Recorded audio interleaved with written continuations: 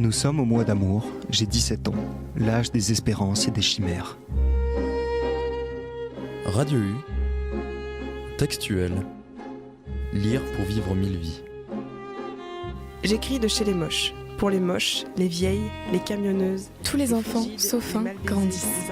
Ils savent très tôt qu'ils grandiront. Les tarés, toutes les exclus du grand marché à la J'avais bonne fait mère. remplir un flacon d'acide chlorhydrique et je le gardais sur moi en permanence avec l'idée de le jeter un jour à la gueule de La quelqu'un. petite, au chapeau de feutre. Tu aimes et dans les la hommes lumière d'amour, veuve, d'enthousiasme, et tu es féministe depuis l'adolescence. accoudée au bastingage. La petite ville de Verrières peut passer pour l'une des plus jolies de la Franche-Comté. Textuel, lire pour vivre 1000 vies. Des textes choisis et lus par Marie-Philippe. Bonsoir à toutes, bonsoir à tous.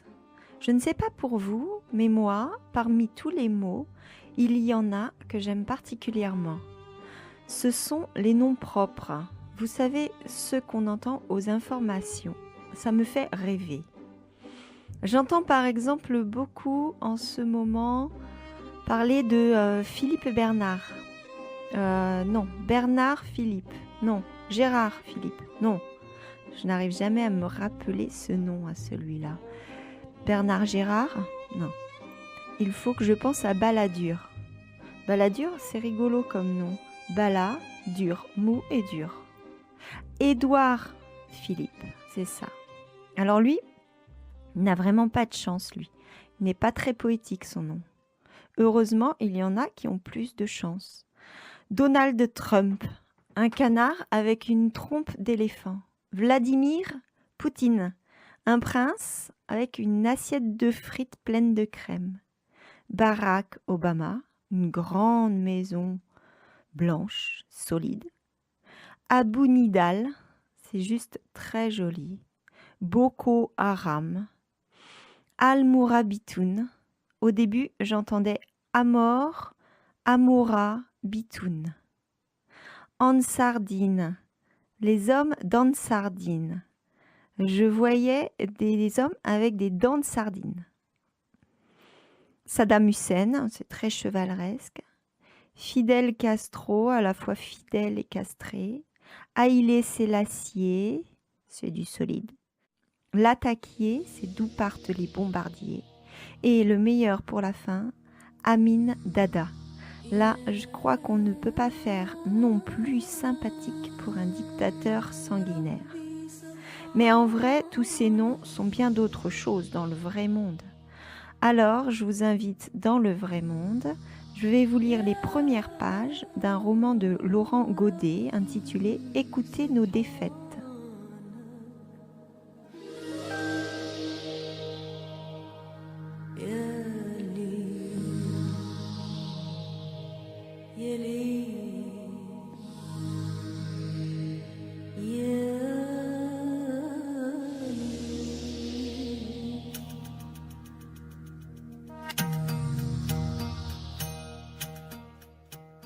Tout ce qui se dépose en nous, année après année, sans que l'on s'en aperçoive.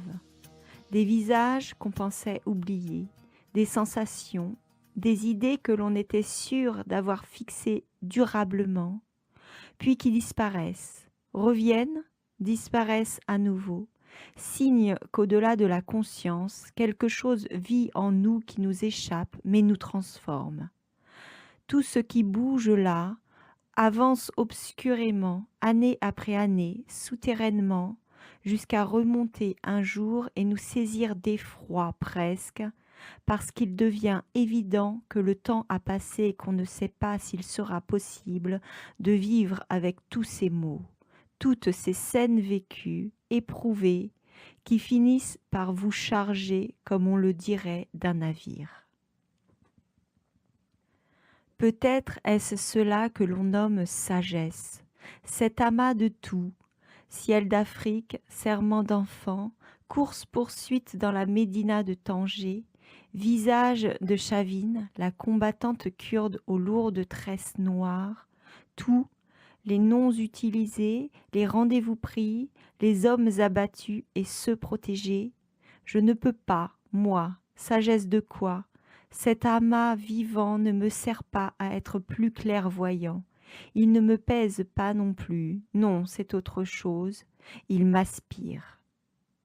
Je sens de plus en plus souvent mon esprit invité à explorer ce pays intérieur. La foule en colère sur la route entre Misrata et Sirte, la peur que j'essaie de contrôler mais qui monte en moi, le café blanc de Beyrouth, le bruit si particulier des armes lourdes dans les faubourgs de Benghazi au milieu d'une armée rebelle en débâcle, ces instants si nombreux où j'ai cru être perdu, l'ivresse ensuite, pour moi seul d'être encore en vie, et personne pour le savoir, pour partager ce bonheur, tout cela, et les avions qui déchirent le ciel du Mali pour aller bombarder des positions que je viens de leur transmettre. La chaleur, les moments étranges de transit entre les aéroports, entre deux zones de guerre où je déambule dans les duty-free sans pouvoir rien acheter comme si cet univers-là, celui des cartouches de cigarettes sans taxe, des bouteilles de whisky en pyramide, n'était plus le mien. Tout cela est devenu un monde entier qui vit, se tord, fait ressurgir parfois, au milieu de la nuit, une image. Les gamins qui jouent à faire éclater les balles trouvées par terre dans les quartiers chiites de Beyrouth, la douceur d'une soirée dans les jardins de la résidence de l'ambassadeur à Bamako, tout cela m'invite, comme s'il y avait dorénavant un autre monde possible, à explorer, à comprendre celui que je porte en moi. Et je le sens aujourd'hui, tandis que je marche le long du quai en direction de Bellevue-Platz. Il y a en moi quelque chose de différent que je ne sais pas nommer, qui s'agrandit et m'aspire. Je sais que cela ne se voit pas encore. Je sais que dans quelques heures, face à Auguste, je serai celui que j'ai toujours été. Hassem Grayeb. Je porterai à nouveau ce nom qui n'est pas le mien, mais auquel je me suis fait. Hassem Grayeb, agent dans les services depuis plus de 10 ans. Hassem Grayeb, que les jeunes recrues, lorsqu'il m'arrive d'en croiser boulevard Mortier, à Paris, lors d'une cérémonie officielle, regardent avec déférence parce que, sans savoir exactement ce que j'ai fait, ils connaissent la liste des terrains d'opération où l'on m'a envoyé. Afghanistan, Sahel, Libye, Irak. Et cela suffit à les impressionner. Hassem Grayeb, qu'ils appellent entre eux un chasseur. Et ils ont raison. J'ai mené tant d'opérations durant toutes ces années que je suis devenu un chasseur, tueur de la République qui traque sans cesse des hommes nouveaux.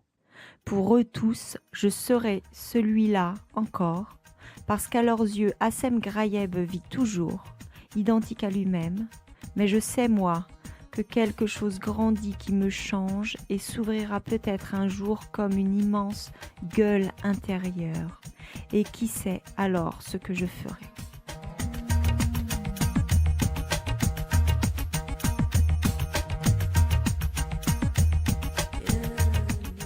Lorsqu'il m'a demandé d'où j'étais et que j'ai répondu « irakienne », j'ai vu dans son regard qu'il connaissait mon pays. Il a pris ensuite un air étonné à prononcer une phrase, une de celles que j'entends lorsque je décline ma nationalité. Ce n'est pas trop dur ? Mais il l'a fait justement pour que cela paraisse anodin, je l'ai senti. Dans son regard, juste avant, il connaissait mon pays et ce simple mot, irakienne, avait suffi à le transporter là-bas, j'en suis sûre. Plus tard, dans la soirée, tandis que nous étions encore au bar, il est revenu sur le sujet, il a demandé « Où en Irak ?» J'ai dit « Bagdad ». Et là encore, j'ai vu qu'à la seule évocation du nom de ma ville, il partait là-bas en esprit. Il s'en est moins caché. Il a gardé le silence longtemps, et je n'ai rien dit. Puis il a eu un sourire doux et j'ai su que nous monterions dans sa chambre. J'ai su que nous ferions l'amour. Pas seulement à cause de Bagdad, mais parce qu'il acceptait de ne plus jouer à celui qu'il ne connaissait pas, parce que la seconde fois, il n'avait pas posé une de ces questions que l'on me pose si souvent. « Et tu retournes encore là-bas ?»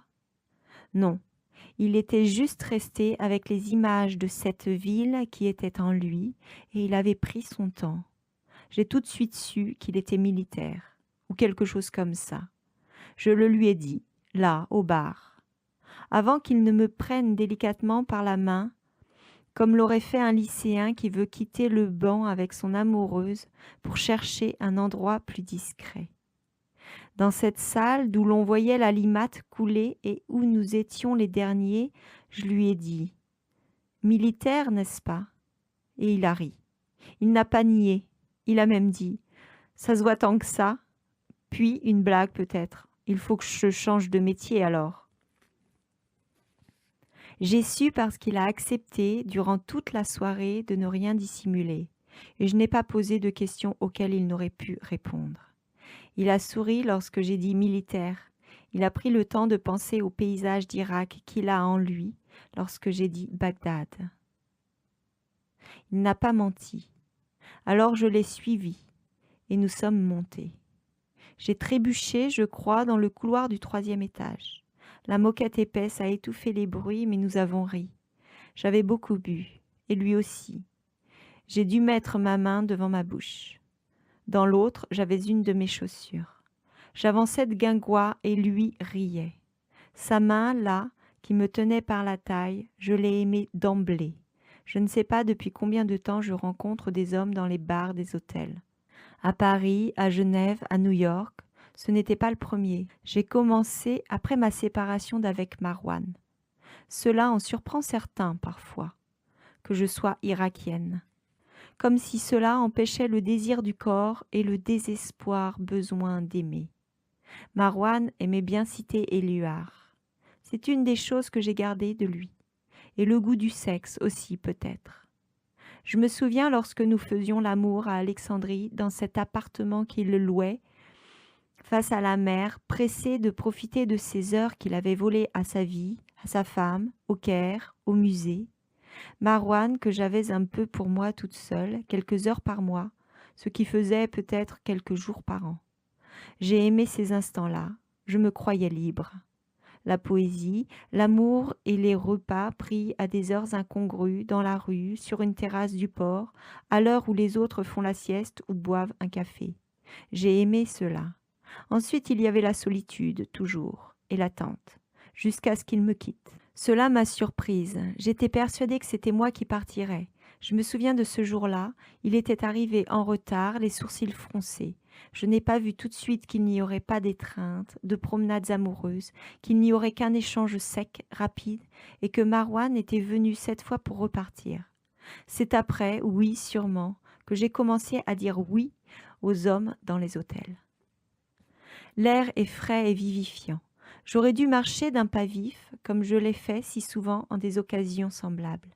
Je suis sur le point de retrouver Auguste, mon officier traitant. Il m'assignera une nouvelle mission. Tout va reprendre. Je serai Hassem Grayeb ou un autre. Je serai français d'origine algérienne ou tunisienne ou libanaise. 1000 vies, les unes après les autres, et le danger, toujours, pour les rendre intenses. Mais je marche lentement, et ce qui me remplit l'esprit à cet instant, ce sont les petits cris d'excitation que ne pouvait s'empêcher de pousser le joueur d'échecs de Lindenhof. Pourquoi est-ce que je repense à lui? Je ne sais pas. Je l'ai regardé longtemps hier, pendant plus d'1 heure. Je suis resté assis sur un banc face aux 2 grands échiquiers que la municipalité de Zurich a installés dans ce jardin qui domine la ville et d'où l'on voit, comme les soldats romains le voyaient déjà, couler la Limate. J'ai regardé cet homme s'agiter en tous sens, contenant sa folie pour pouvoir jouer, ne pas perdre le fil de la partie. Je suis resté longtemps et j'ai fini par entendre son nom prononcé par les autres, ses adversaires successifs, car il y en a eu beaucoup, étudiants, notables, retraités, qui tous finissaient par laisser leur place, dépités d'avoir perdu si vite. Ferruccio, Der Verrückte. Pendant des heures, oui, de façon hypnotique, j'ai scruté ses mouvements d'épaules, ses grimaces de bouche, la façon qu'il avait de hausser les sourcils et de se pencher, comme si on lui avait porté soudainement un coup au bas-ventre. Il était fou, Ferruccio, et ne tenait pas en place, faisait des grands pas le long du damier au sol, où tripotaient les pièces de bois, hautes jusqu'aux genoux, comme s'il dirigeait une armée vivante.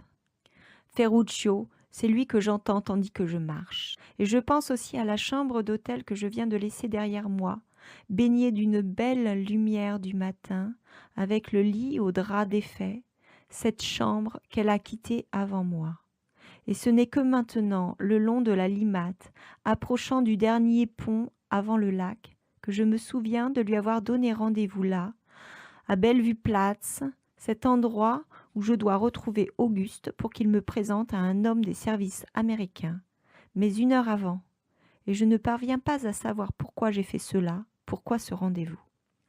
Ferruccio, dans mon esprit, continue d'aller et venir, de tourner, mangeant les pièces de ses adversaires et poussant de petits cris aigus, sans que l'on sache s'il redoute davantage la défaite ou la solitude qui suivra la victoire, lorsque le notable ou l'étudiant, dépité comme les précédents, s'éloignera avec un geste d'impuissance, lui reconnaissant d'être le plus fort et le laissant là, invaincu, mais seul. Il joue bien, très bien. Il est vif et clairvoyant, mais il a toujours sur le visage une anxiété qui lui mord les traits, comme s'il était désolé de gagner, comme s'il espérait qu'on le batte enfin, et que cela apaise les tics qui le rongent et fasse taire le fracas intérieur qu'il essaie de contenir. À moins que ce qu'il espère vraiment soit une partie qui ne finisse jamais, quelque chose qui l'occupe tout entier. Alors enfin le monde serait congédié et il serait soulagé, lui, le fou. Ne resteraient que les pièces du jeu, les diagonales, les coups d'avance, les pièges, les sacrifices, l'intelligence pure, et Ferruccio der Verrückte, celui qui joue la chemise débraillée, torse nu parfois, celui qui porte une barbe hirsute et se parle à lui-même en s'insultant, n'existerait plus. Il ne resterait que l'intensité de cette chose qui se construit à deux, qui n'a plus rien à voir avec un combat, mais plutôt avec la recherche d'une forme de perfection, comme une trouvaille scientifique. La partie infinie, celle pour laquelle le jeu a été conçu. Je repense à Mariam que j'ai rencontrée hier, à la nuit que nous avons passée ensemble dans l'accord tacite que personne ne demanderait à l'autre qui il est vraiment, ce qui l'occupe et quelle est sa vie, nous contentant l'un et l'autre de nos 2 prénoms, Assem et Mariam, et de nos 2 corps. Pourquoi lui ai-je donné rendez-vous ce matin ? Je me souviens de l'épaisseur de ses cheveux noirs, lisses, qui brillaient dans la pénombre. Je me souviens de ses lèvres qui avaient parlé avec gourmandise lorsque nous étions au bar, puis qui s'étaient entr'ouvertes plus tard avec volupté, laissant s'échapper dans cette chambre qui donnait sur les eaux calmes du fleuve un soupir de ravissement, moment pur qui rachetait tout, les errements, les fatigues. Ses lèvres entr'ouvertes pour laisser passer le souffle, heureux, immédiat, de la jouissance des corps et l'oubli de l'esprit. Et surtout, je me souviens maintenant de ce que j'ai senti en moi et que je dois bien appeler une timidité, nouvelle, étrange.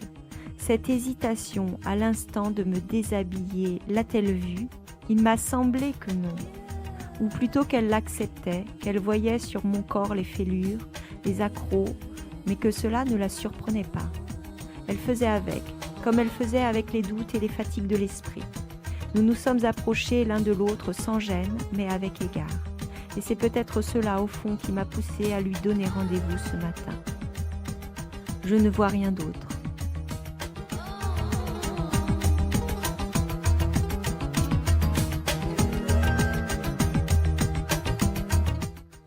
Je vous ai lu Écoutez nos défaites de Laurent Godet, paru chez Actes Sud en 2016.